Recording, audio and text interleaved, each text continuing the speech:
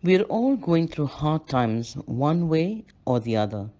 And sometimes when you are in the thick of sorrow, it feels like it'll never end.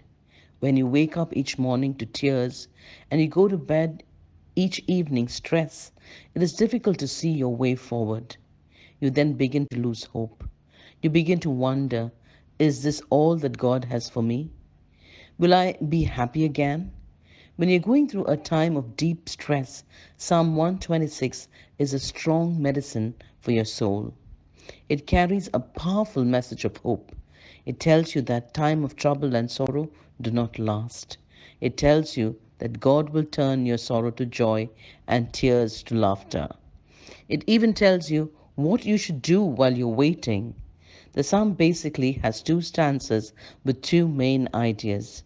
The first stanza encourages you to marvel at how God has helped you in the past, and the second stanza encourages you to trust God to do it again. So, first of all, marvel at how God has helped you in the past. Let's look at Psalm 126, verses 1 to 3. When the Lord brought back the captives to Zion, we were like men who dreamed. Our mouths were filled with laughter, our tongues with songs of joy.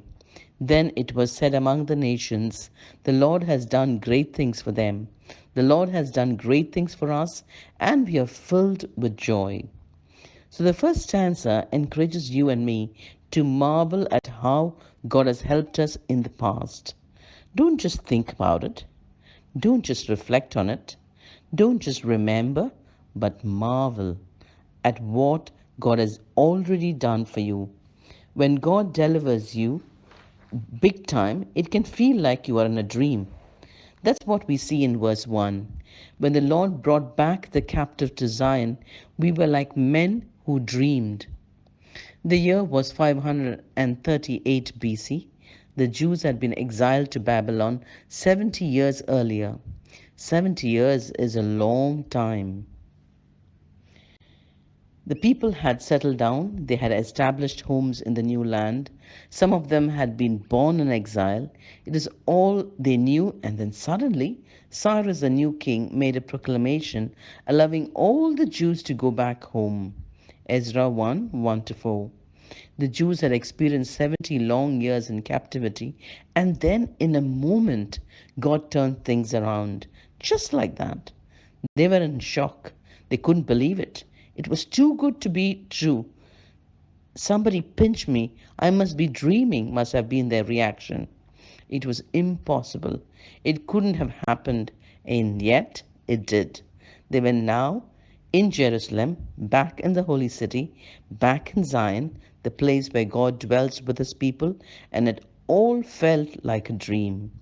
Imagine that must be how Job felt when God restored him after his time of suffering. We read in Job 42:10, after Job had prayed for his friends, the Lord made him prosperous again and gave him twice as much as he had before. There were times Job must have wondered if God was through with him, whether there was any joy left. And then God did. He restored Job and made him prosperous again. When God rescued Peter from jail, it was like a dream to him. In fact, he actually thought it was a dream. So, dearly beloved, marvel at what God has done for you in the past and praise Him for what He can do, that He can do the impossible for you yet again. Be blessed.